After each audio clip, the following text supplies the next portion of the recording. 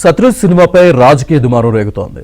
3 పేర్లు దాదాపు 4 ఏళ్ల వివాదం తర్వాత ఓటీటీలోకి విడుదలైన ఈ సినిమాను 2 రోజుల్లోనే జీ5 ప్లాట్ఫామ్ నుంచి తొలగించడం చర్చనీయాంశమవుతోంది.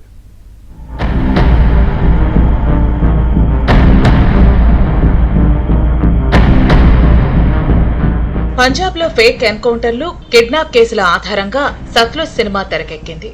1990 దశకంలో పంజాబ్ లో వేలాది మంది అదృశ్యమైనట్లు ఆరోపణలున్నాయి.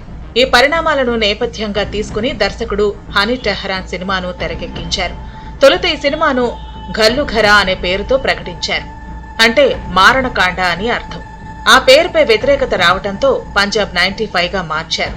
చివరకు ఓటీటీలోకి వచ్చేసరికి సత్లుజ్ పేరుతో రిలీజ్ చేశారు.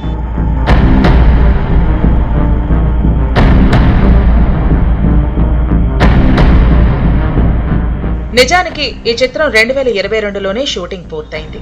అయితే సెన్సార్ బోర్డు క్లియరెన్స్ కోసం పంపినప్పుడు వివాదం మొదలైంది.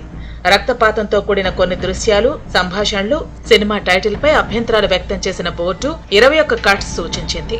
అన్ని మార్పులు చేస్తే సినిమా ఒరిజినల్ కథ దెబ్బతింటుందని మేకర్స్ కోర్టును ఆశ్రయించారు. దీంతో సినిమా విడుదల దాదాపు 3 ఏళ్లకు పైగా ఆలస్యమైంది. ఆఖరికి మేకర్స్ సినిమాను ఓటీటీలోనే విడుదల చేయాలని నిర్ణయించుకున్నారు. జూలై 3న ఎలాంటి ముందస్తు హడావిడి లేకుండా ఈ చిత్రం సత్లుజ్ పేరుతో జీ5 వేదికగా స్ట్రీమింగ్ కు వచ్చింది.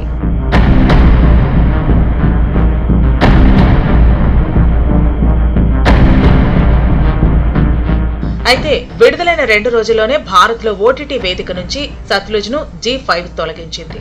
ప్రస్తుత పరిణామాల కారణంగా దీన్ని తాత్కాలికంగా నిలిపివేస్తున్నామని, భారతీయ ప్రేక్షకుల కోసం మళ్లీ అందుబాటులోకి తెచ్చేందుకు చట్టపరమైన మార్గాలను పరిశీలిస్తున్నామని ఒక ప్రకటనలో తెలిపింది.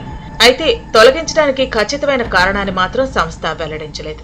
భారత్ లో నిలిపివేతకు గల కారణాలపై క్లారిటీ లేకపోవడంతో ఈ సినిమా వ్యవహారం నెట్టింట హాట్ టాపిక్ గా మారింది. శిరోమణి గురుద్వారా ప్రబంధక్ సినిమాకు మద్దతు తెలిపింది. విడుదలైన 2 రోజులకే సినిమాను నిలిపివేయడం భావ ప్రకటన స్వేచ్ఛను హరించడమే అంటూ కాంగ్రెస్, ఆప్ సహా పలు పార్టీలు ఆగ్రహం వ్యక్తం చేస్తున్నాయి.